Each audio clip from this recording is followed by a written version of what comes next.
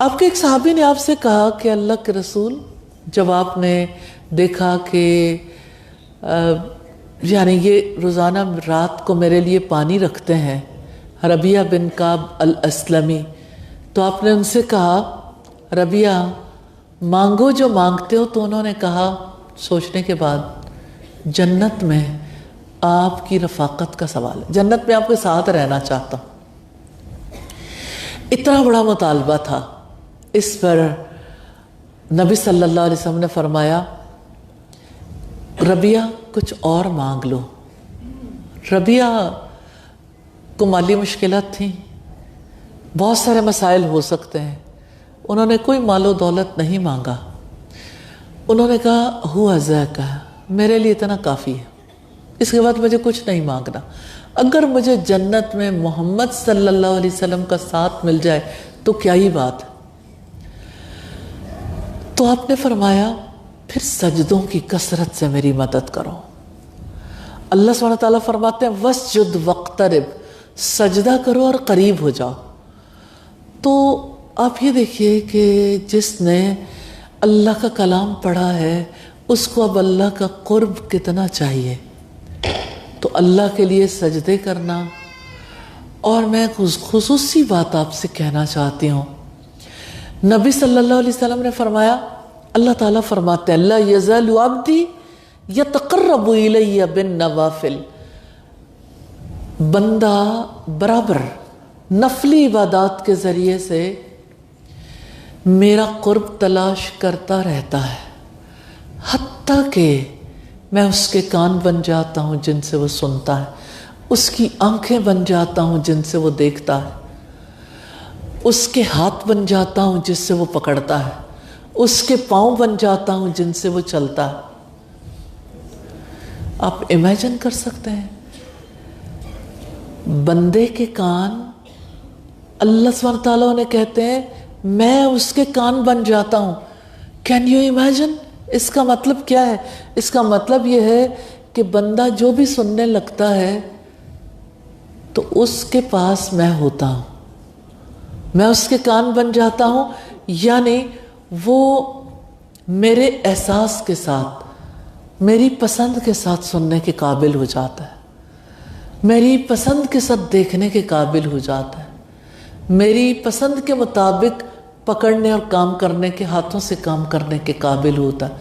اور چل کر کہیں جاتا ہے تب بھی میری پسند سے جاتا ہے۔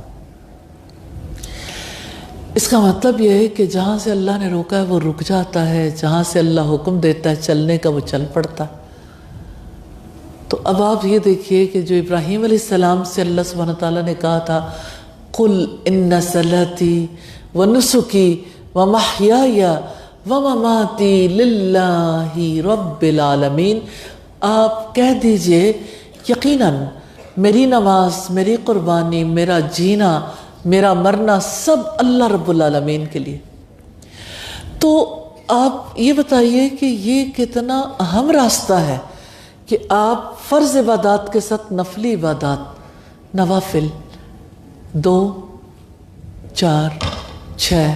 8 رات کو اللہ سبحانہ تعالیٰ نے حکم دیا تھا ان لک فی النہار سبحا طویلا، بے شک دن میں تو آپ کے لیے لمبی چوڑی مصروفیات ہیں، ان ناشیۃ اللیل ہی اشد وطئا واقوم قیلا، بے شک رات کا جاگنا نفس کو کچلنے اور بات کو مضبوط رکھنے کے لیے بہت ضروری ہے، اور رات کا جاگنا ہیلپ فل ہوتا ہے۔ تو اللہ تعالیٰ نے اپنے نبی کو بھی یہی راستہ بتایا تھا، بالکل وحی کی ابتدا میں، تیسری وحی ہے یہ، اور اللہ سبحانہ تعالیٰ نے فرمایا تھا یقین کریں اس راستے پہ چلنے کے لیے اگر آپ وہ اوصاف اپنانا چاہتی ہیں نا تو سورہ المزمل کی ابتدائی 10 آیات، اس میں اللہ سبحانہ تعالیٰ نے پورا پیکج دیا ہے، فَاتَّخِذْهُ وَكِيلًا، اللہ کو اپنا وکیل بنا لو،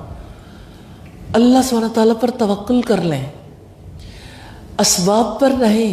مسبب الاسباب پر توکل کر لیں۔ اور اللہ تعالیٰ نے فرمایا وَيَرْزُقُهُ مِنْ حَيْثُ لَا يَحْتَسِبُ، وہ ایسی جگہ سے رزق دیتا ہے جہاں سے کسی نے گمان بھی نہ کیا ہو. وَمَن يَتَوَكَّلْ عَلَى اللَّهِ فَهُوَ حَسْبُهُ، جو اللہ تعالیٰ پر توکل کرتا ہے اللہ تعالیٰ اس کے لیے کافی ہو جاتا ہے. توکل کرنے والے کے لیے اتنی بڑی خوشخبری ہے، جو اللہ پر اعتماد کرتا ہے اللہ اسے ایسی جگہ سے رزق دیتا ہے جہاں سے اس نے سوچا بھی نہ ہو. اور اللہ سبحانہ تعالیٰ نے ہم سے یہ مطالبہ کیا ہے، اور ہر قرآن پڑھنے اور پڑھانے والے کے لیے اور ہر عام انسان سے بھی یہ مطالبہ کیا ہے، وَمَا أُمِرُوا إِلَّا لِيَعْبُدُوا اللَّهَ مُخْلِصِينَ لَهُ الدِّينَ. انہیں اس کے سوا کوئی حکم نہیں دیا گیا تھا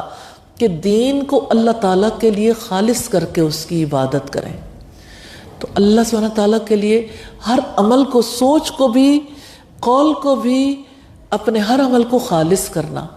اللہ سبحانہ تعالیٰ کی عبادت کو اور زیادہ اچھے انداز میں کرنا، حسن خلق اپنانا، اپنے معاملات کو بہتر کرنا، یہ ہر ایک کی ضرورت ہے، لیکن خصوصی طور پر قرآن پڑھنے والوں کی ذمہ داری زیادہ ہو جاتی ہے. اللہ سبحانہ تعالیٰ آپ کی زندگیوں میں برکت دے،